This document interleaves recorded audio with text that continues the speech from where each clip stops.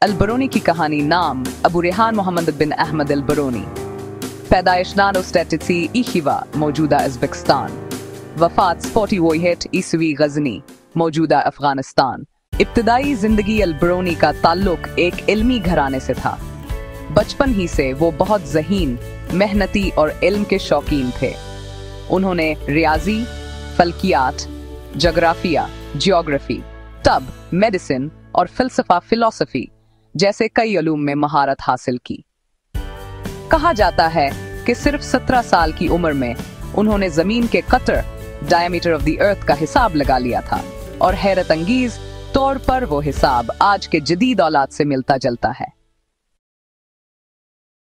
البرونی نے زندگی کا زیادہ حصہ غزنی میں گزارا، جہاں وہ سلطان محمود غزنوی کے دربار میں عالم کی حیثیت سے موجود تھے۔ جب محمود غزنوی نے ہندوستان کا سفر کیا تو البرونی بھی ان کے ساتھ آئے۔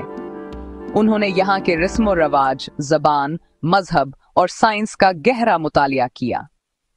اسی دوران انہوں نے اپنی مشہور کتاب الہند لکھی، جس میں انہوں نے ہندوستان کے بارے میں بے مثال معلومات جمع کیں۔ اہم کارنامے کتاب الہند ہندوستان کی تاریخ، فلسفہ، مذہب اور سائنس پر ایک عظیم تحقیقی کتاب، القانون المسعودی فلکیات اور ریاضی پر ایک مشہور تصنیف، نقشہ زمین۔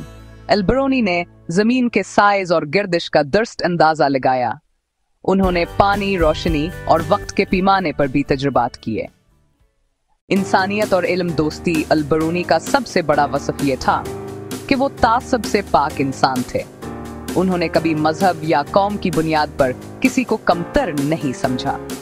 وہ ہمیشہ سچائی، تحقیق اور علم کی بنیاد پر رائے دیتے تھے۔ ان کا مشہور قول ہے، علم کسی قوم یا مذہب کی میراث نہیں، یہ انسانیت کا مشترکہ خزانہ ہے۔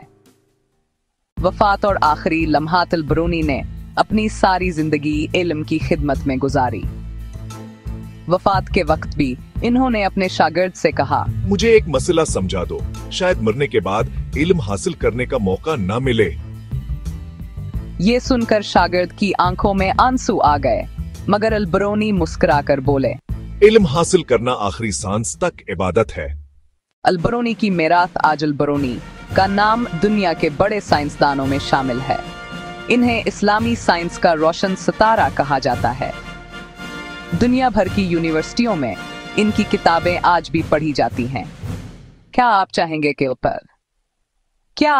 گے کہ میں اس عزیز ادبی اور کہانی کے انداز میں سٹوری ٹیلنگ سٹائل لکھ دوں، جیسے بچوں یا شاگردوں کے لیے ایک دلچسپ سبق آموز قصہ بن جائے؟